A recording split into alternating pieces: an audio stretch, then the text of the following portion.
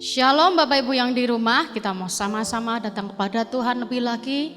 Hari ini di awal bulan Juni ini kita mau memberikan hidup kita untuk Tuhan kita. Kita mau meninggikan Allah kita yang luar biasa. Mari saya undang kita semua bisa mengangkat siap hati kita dengan Tuhan yang luar biasa. Nyatakan isi hatimu dengan Tuhan yang Dia memberikan hidupnya untuk kita. Hanya meninggikan Tuhan, meninggikan Tuhan Yesus.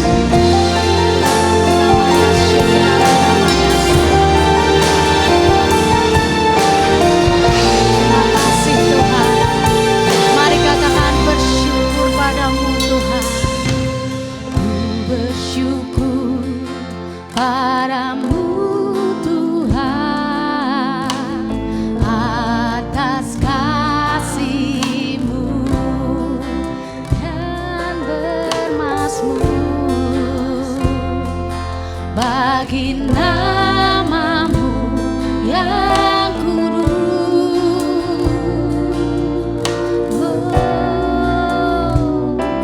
Sebab Engkau kebenaranku,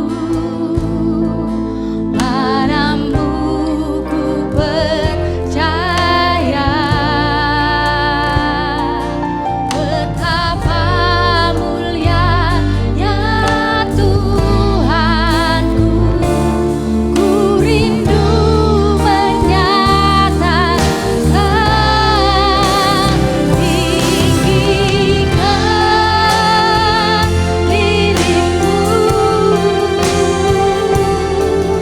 mengatasi langit. Kebesaran-Mu Tuhan mengatasi bumi, mengatasi bumi. Tinggikan dirimu mengatasi langit.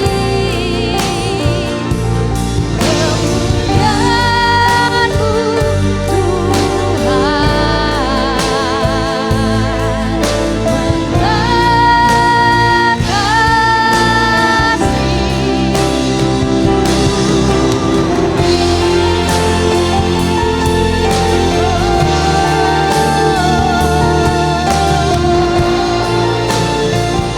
kami mau meninggikan Engkau Yesus. Bersyukur padamu Tuhan atas kasih-Mu, kan kami bermasmur dan bermasmur bagi nama-Mu yang kudus. Kami nyatakan Engkau Tuhan kebenaran, kebenaran.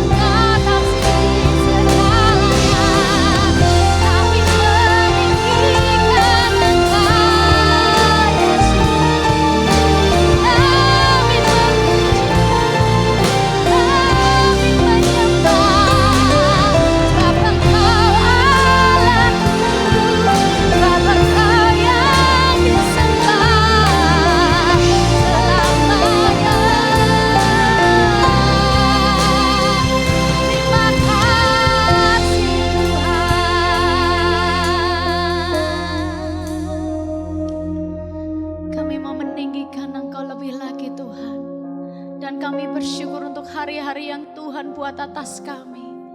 Kami menikmati setiap berkat terbaik yang dari Engkau Tuhan. Mari Tuhan pagi ini, sore ini Tuhan, kami hanya minta sukacita yang dari Engkau. Kemerdekaan untuk kami boleh memuliakan nama-Mu Tuhan. Di dalam anugerah Tuhan Yesus Kristus kami berdoa dan bersyukur. Amin. Bapak Ibu yang di rumah dan saudara-saudara semuanya bisa salami kanan kiri, bangkit berdiri, kita memuliakan Tuhan kita mau menikmati setiap kebaikan Tuhan kita yang luar biasa. Amin. Tuhan kita sangat baik, kecaplah dan lihatlah.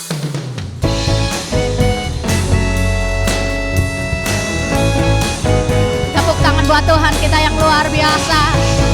Setiap kebaikan Tuhan selalu ajaib untuk hidup kita. Kecaplah dan lihatlah, katakan betapa baiknya Tuhan itu.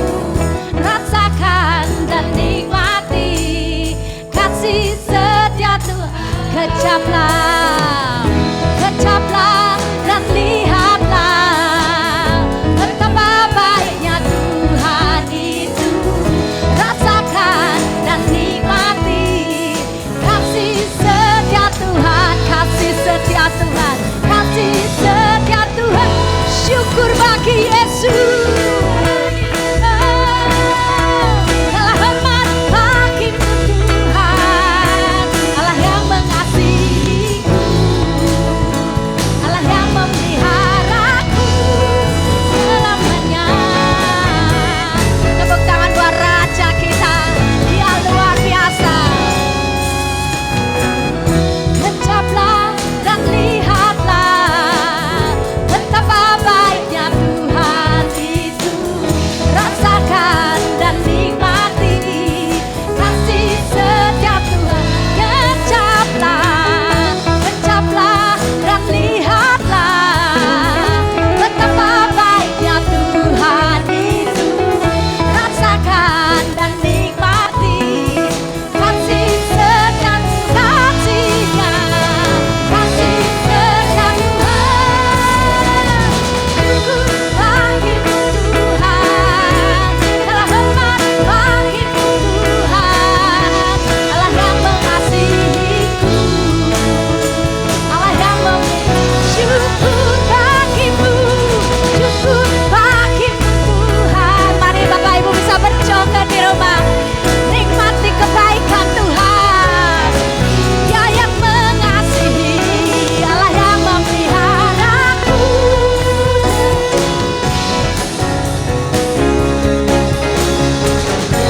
Bagimu Tuhan, segala hormat bagimu Tuhan, Allah yang mengasihiku, Allah yang memelihara. Syukur bagimu, syukur bagimu, haleluya. Segala hormat hanya bagi Yesus. Kau yang mengasihi, Allah yang memelihara. Lagi katakan syukur. Angkat tanganmu Bapak Ibu Saudara semua. Segala hormat untuk Raja kita, Allah yang mengasihiku, Allah yang memeliharaku selamanya. Yesus selamanya. Beri kemuliaan buat Tuhan kita yang luar biasa. Kasih setia Tuhan selamanya. Dan kita boleh berjalan di dalam firman-Nya yang luar biasa, menjadi pelita buat kehidupan kita. Terbang bersama dengan Yesus. Apapun yang terjadi, Dia yang akan mengatasi setiap badai kehidupan kita. Amin.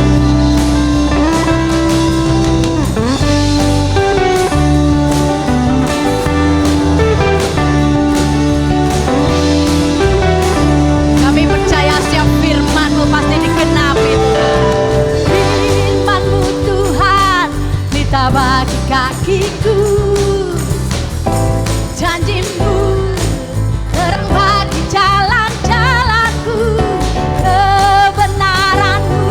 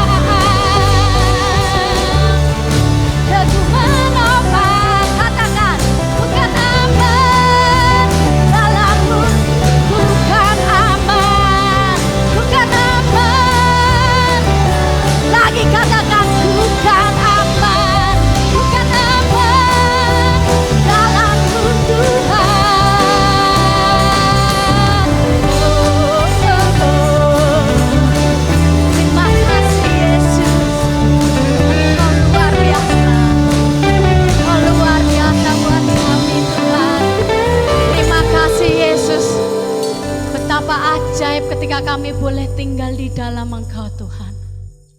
Karena kami percaya anugerah yang sangat besar pasti dilimpahkan di dalam kami. Terima kasih Tuhan.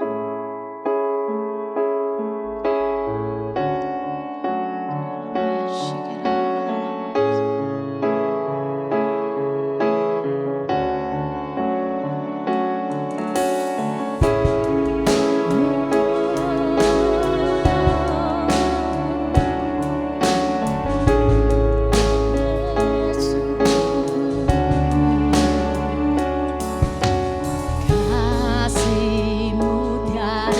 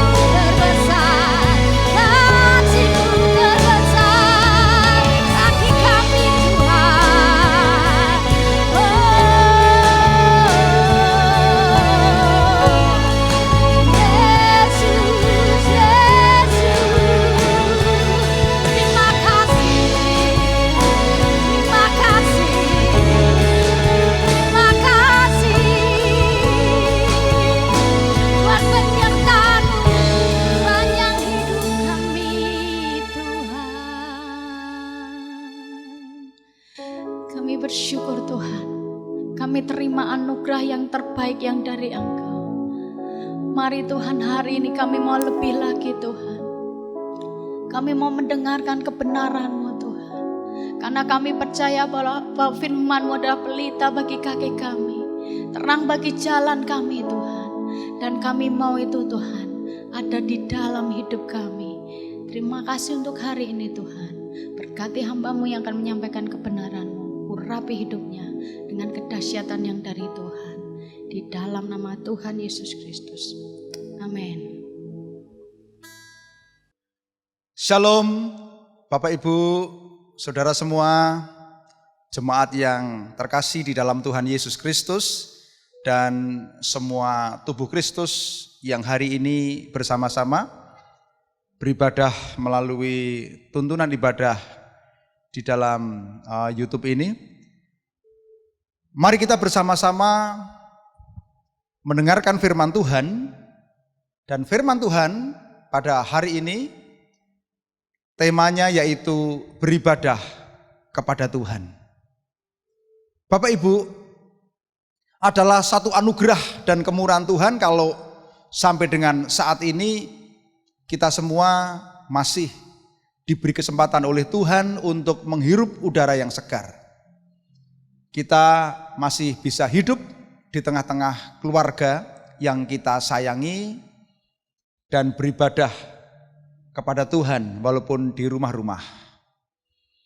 Ada banyak keluarga-keluarga yang tidak lagi dapat beribadah di dalam kebersamaan keluarga oleh karena harus dirawat di rumah sakit atau berbagai macam sakit, dan juga tidak sedikit yang sudah berpulang ke rumah Bapa di surga oleh karena COVID-19 ini.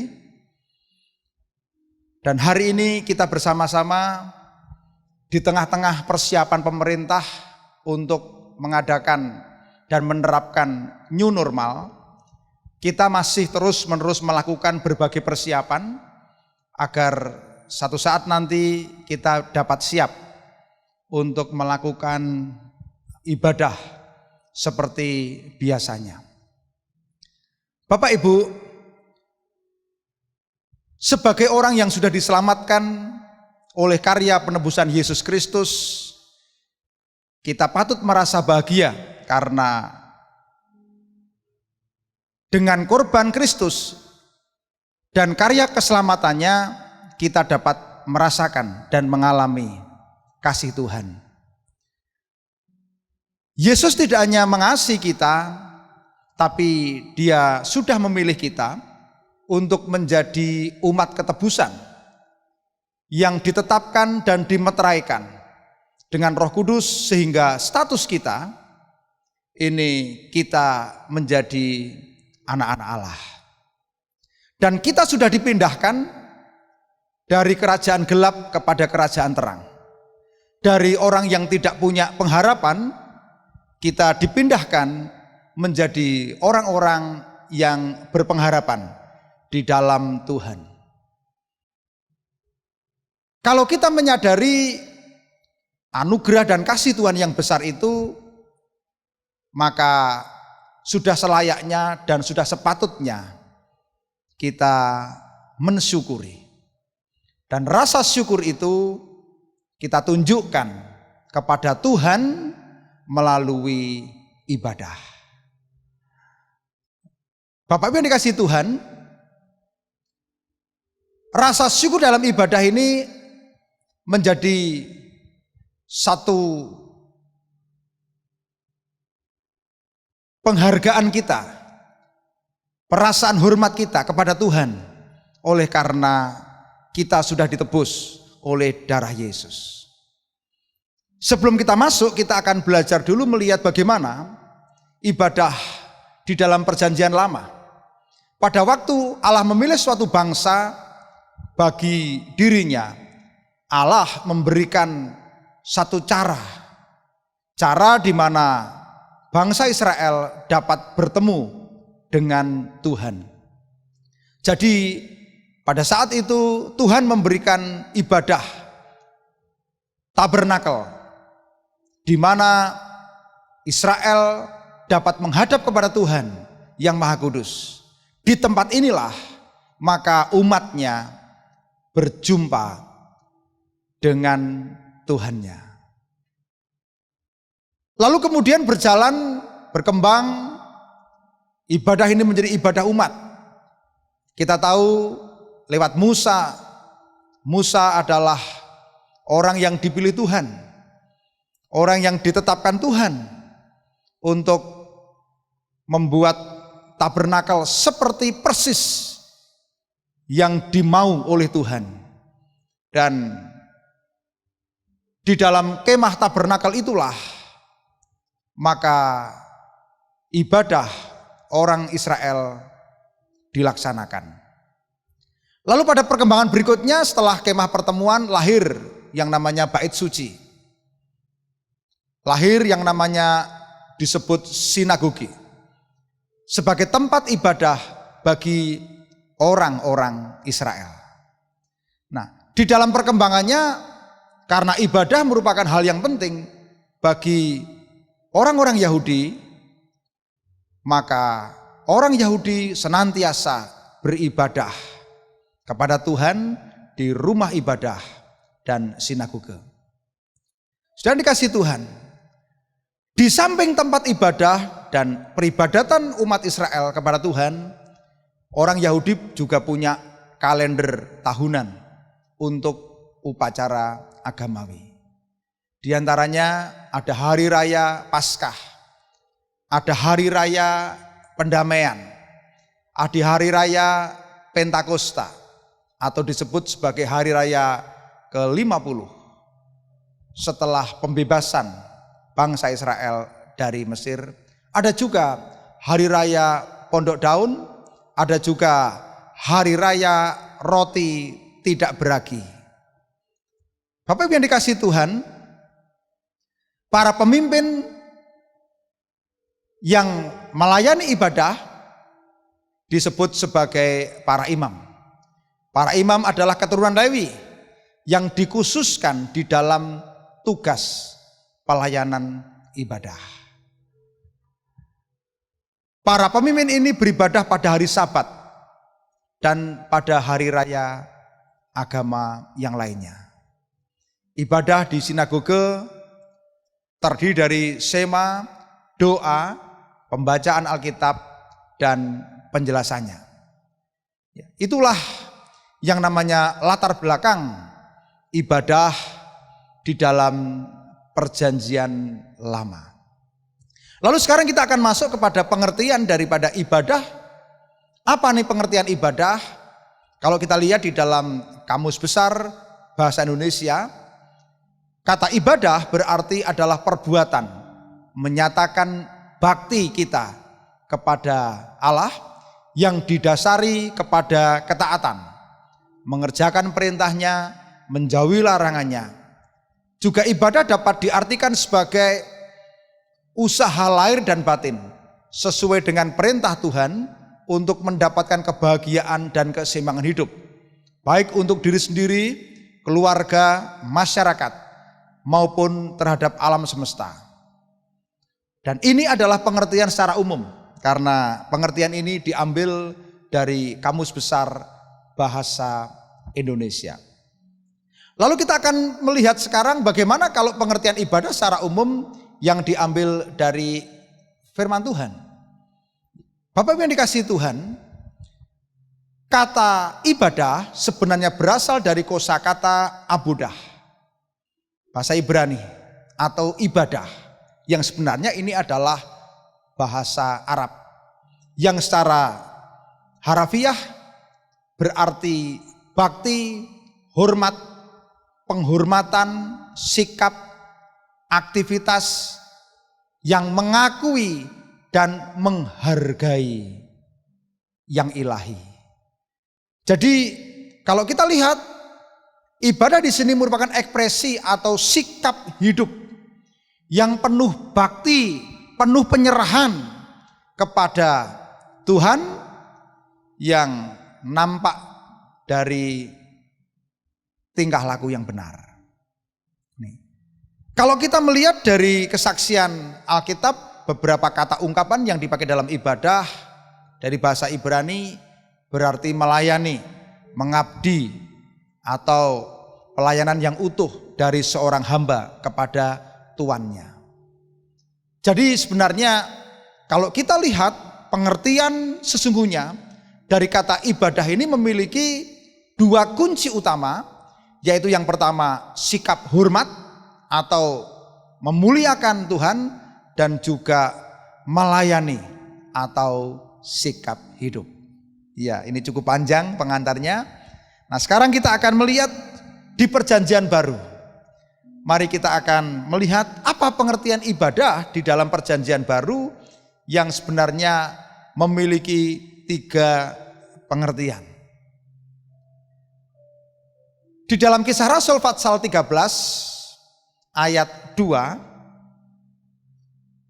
Kisah Rasul pasal 13 ayat yang kedua, firman Tuhan, pada satu hari ketika mereka beribadah kepada Tuhan dan berpuasa, berkatalah Roh Kudus, khususkanlah Barnabas dan Saulus bagiku untuk tugas yang telah kutentukan bagi mereka. Kata ibadah di sini dalam bahasa Yunani diterjemahkan dengan kata leiturgun toun atau leiturgia yang berarti berdoa, beribadah kepada Tuhan. Lalu dari sini kita bisa melihat arti kata beribadah sesuai dengan liturgi. Lalu pengertian ibadah di dalam Perjanjian Baru yang kedua yaitu kata letreia atau mempersembahkan tubuh, dan ini adalah satu pengertian ibadah yang sudah terbiasa kita baca. Kita akan baca bersama-sama dalam Roma pasal 12 ayat yang pertama. Mari Bapak Ibu, saudara-saudara, kita baca bersama-sama di dalam Roma pasal ke-12 ayat yang pertama. 2, 3. Karena itu saudara-saudara, demi kemurahan Allah aku menasihatkan kamu supaya kamu mempersembahkan tubuhmu sebagai persembahan yang hidup, yang kudus, yang berkenan kepada Allah, itu adalah ibadahmu yang sejati. Ini ayat yang cukup populer, saudara-saudara. Nah,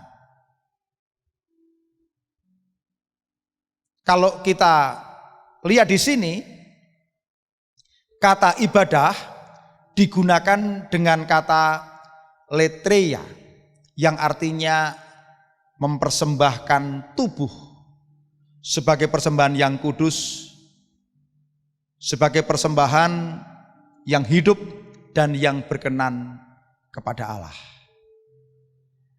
Lalu kita akan melihat pengertian ibadah yang ketiga. Kita lihat di dalam Yakobus pasal 1 ayat 27, kita baca dulu ketika pengertian ini supaya nanti saya bisa bahas dengan baik. Yakobus 1 ayat 27. Ibadah yang murni dan yang tak bercacat di hadapan Allah Bapa kita ialah mengunjungi yatim piatu dan janda-janda dalam kesusahan mereka dan menjaga supaya dirinya sendiri tidak dicemarkan oleh dunia. Dari ibadah yang murni dengan kata tereskeia katara yang berarti ibadah yang berhubungan dengan pelayanan kasih, atau ibadah yang pertalian dengan sebuah pelayanan pemberian. Berarti ini bukan beribadah dalam arti liturgi, beribadah bukan berarti mempersembahkan tubuh, tapi ini khusus yaitu beribadah dengan pelayanan kasih. Saudara, kalau kita melihat dari tiga pengertian ini, kita bisa melihat pengertian ibadah yaitu bukan hanya sekedar melipat tangan, berdoa, pergi ke gereja atau persekutuan, tidak. Tapi ibadah ini berkaitan juga dengan ibadah yang berhubungan dengan liturgi, yang pertama. Yang kedua, ibadah yang berhubungan dengan kekudusan, ya, kekudusan. Lalu yang ketiga, ibadah yang berkaitan dengan pelayanan kepada sesama. Saudara, dari pengertian di atas, maka konsep daripada ibadah secara keseluruhan yaitu pelayanan, pengabdian yang seutuhnya dari hidup manusia kepada Tuhan, yang dinyatakan baik di dalam bentuk penyembahan kepada Tuhan maupun di dalam bentuk kasih terhadap orang lain. Ya, sedang dikasih Tuhan, kita bersyukur ketika kita mendapatkan pengertian ibadah ini, maka kita menjadi mengerti beribadah ini yaitu satu bentuk penyembahan kepada Tuhan, berdoa, memuji Tuhan, mempersembahkan pujian, mempersembahkan apa yang Tuhan percayakan pada kita, ya seperti ibadah biasa dalam satu liturgi, tapi juga menyangkut satu ibadah yaitu mempersembahkan tubuh kita sebagai persembahan yang hidup, yang kudus dan yang berkenan. Lalu yang ketiga, ibadah yang berkaitan dengan pelayanan kasih kepada sesama kita. Ya, saudara. Nah, oleh karena itu melalui firman Tuhan pada hari ini kita akan melihat bagaimana kita beribadah kepada Tuhan. Ya. Mari kita baca di dalam Yosua pasal 24. Yosua pasal 24 ayat yang ke-14 dan 15. Mari kita baca bersama-sama. 2, 3. Oleh sebab itu takutlah akan Tuhan dan beribadahlah kepadanya dengan tulus, ikhlas dan setia. Jauhkanlah Allah yang kepadanya nenek moyangmu telah beribadah di seberang sungai Efrat dan di Mesir, dan beribadahlah kepada Tuhan. Tetapi jika kamu anggap tidak baik untuk beribadah kepada Tuhan, pilihlah pada hari ini kepada siapa kamu akan beribadah. Allah yang kepadanya nenek moyangmu beribadah di seberang sungai Efrat, atau Allah orang Amori yang negerinya kamu diami ini. Tetapi aku dan seisi rumahku akan beribadah kepada Tuhan. Ya, Bapak Ibu, Yosua pasal 24 ini adalah satu kisah di mana Yosua memproklamasikan imannya kepada Tuhan. Tatkala dia akan memasuki purna tugasnya sebagai pemimpin, dia memberikan satu pesan dalam bahasa Jawa, wejangan yang terakhir. Dan ini dapat kita lihat karena ada 4 poin yang ada di dalam firman Tuhan ini, 4 poin hal yang sangat mendasar supaya kita bisa mengerti apakah prinsip-prinsip yang tertulis di dalam Yosua pasal 14 ayat yang ke-15 ini. Kalau kita melihat di dalam ayat 14-15 ini, firman Tuhan berkata bahwa dasar daripada beribadah yang pertama, ibadah ini harus didasarkan pada takut akan Tuhan. Takut akan Tuhan. Kenapa? Karena orang yang beribadah belum tentu takut akan Tuhan. Tetapi orang yang takut akan Tuhan pasti akan beribadah kepada Tuhan, apapun kondisinya. Kalau kita mengerti arti kata dari takut akan Tuhan dari bahasa Ibrani yira dan pakat serta kata Yunani phobos, mengandung pengertian takut akan Tuhan yaitu hormat, gentar, kagum pada Tuhan. Coba perhatikan yang di rumah-rumah. Ya, ibadah yang hormat, gentar, kagum pada Tuhan. Dan kasih yang dalam pada Tuhan, yang membawa kepada ketaatan dan pengabdian kita kepadanya. Sehingga kalau kita melihat sambungan daripada firman Tuhan ini di dalam Mazmur pasal 112 dan 128, kata berbahagialah ketika kita temukan dalam ayat ini berarti diberkati. Oleh karena itu, orang yang sungguh-sungguh takut akan Tuhan, hormat dan gentar akan Tuhan, maka sungguh-sungguh anak cucunya diberkati. Bapak Ibu, dalam situasi sekarang ini kita ibadah di rumah-rumah, maka kualitas ibadah kita akan diuji. Apakah ibadah kita ini didasari rasa hormat dan takut akan Tuhan atau tidak? Ya, dari gereja kita sudah memberikan pengarahan, panduan di dalam beribadah. Misalnya, kalau kita beribadah walaupun di rumah-rumah tidak ada yang melihat, gereja sudah memberikan panduan, sediakan tempat khusus. Ya, tempat khusus, mungkin di ruang tamu bisa, di teras bisa, lalu sediakan waktu khusus.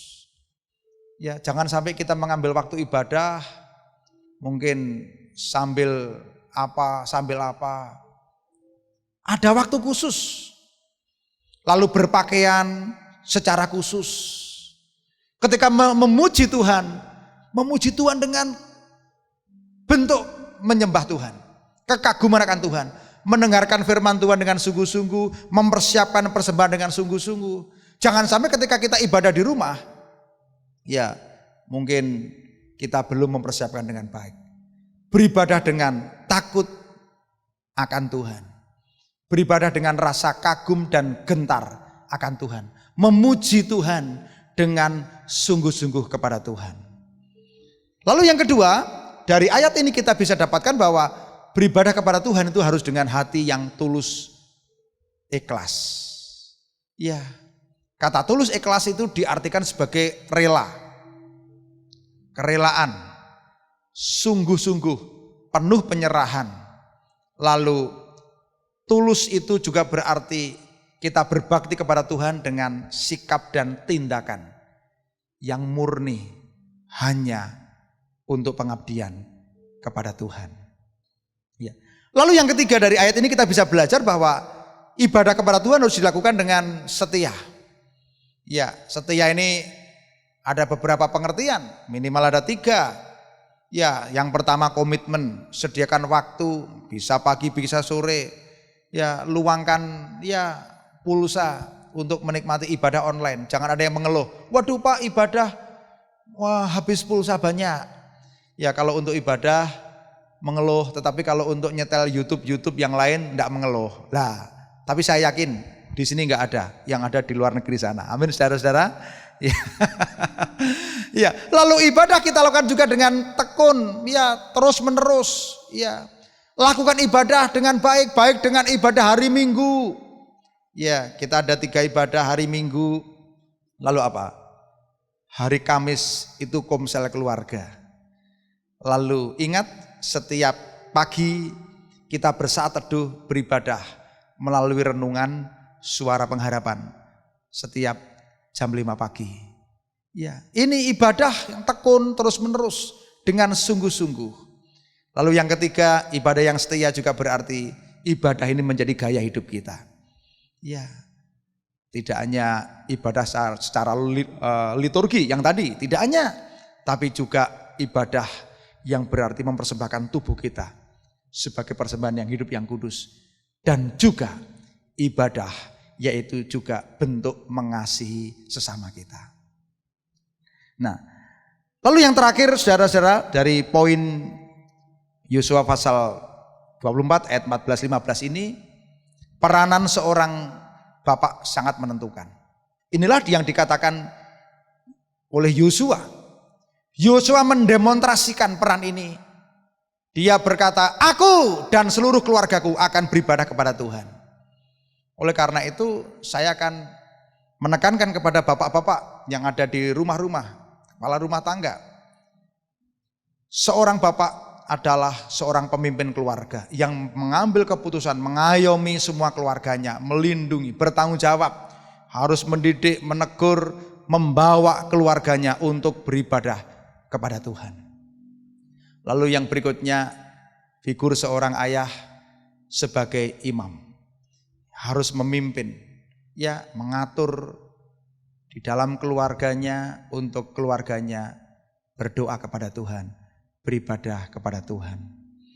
Saudara, ya karena waktu yang terbatas, maka saya tidak memperpanjang, memperlebar firman Tuhan hari ini. Yang jelas hari ini kita rindu untuk mengerti tentang ibadah dan ambil keputusan beribadah dengan sungguh-sungguh. Ambil keputusan setiap jam 5 pagi kita bersaat teduh merenungkan firman Tuhan. Ya, minggu ini temanya, renungannya yaitu beribadah kepada Tuhan. Setiap pagi akan ada subtema yang memperdalam daripada ibadah. Tema ibadah ini kita perdalam setiap pagi. Dan jangan lupa setiap Kamis saudara komsel keluarga. Saudara dikasih Tuhan, saya rindu hari ini saudara benar-benar diberkati oleh karena firman Tuhan ini. Saya rindu semuanya terus beribadah kepada Tuhan sampai nanti akhirnya kita beribadah secara normal. Saudara, mari kita berdiri semuanya yang di rumah-rumah. Yuk kita berdiri, kita akan datang kepada Tuhan di dalam doa. Bapa, kami bersyukur untuk hari ini. Terima kasih firman-Mu sudah mengajarkan kepada kami untuk kami boleh beribadah dengan sungguh-sungguh kepada Tuhan.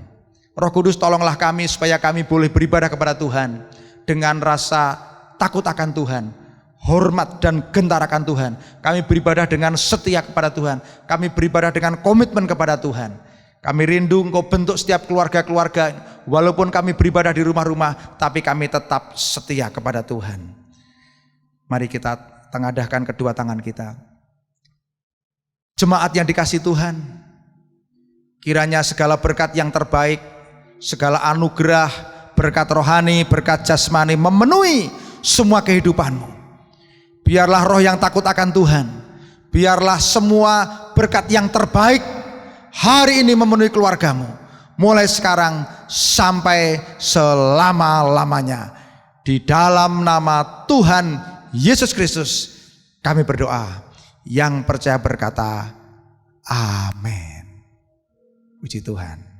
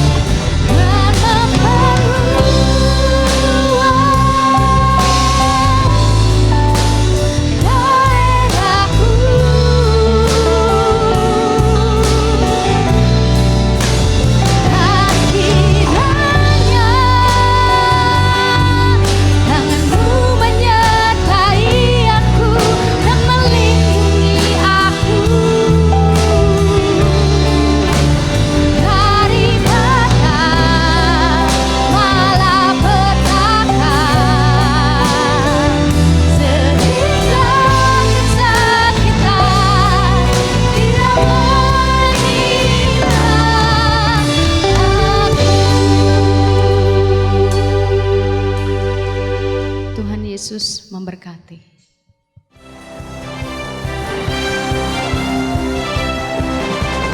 Tegakkan kebenaran firman Tuhan dalam jemaat Fajar Pengharapan, kehidupan komunitas keluarga Allah, pelayanan yang seimbang di hadapan Tuhan.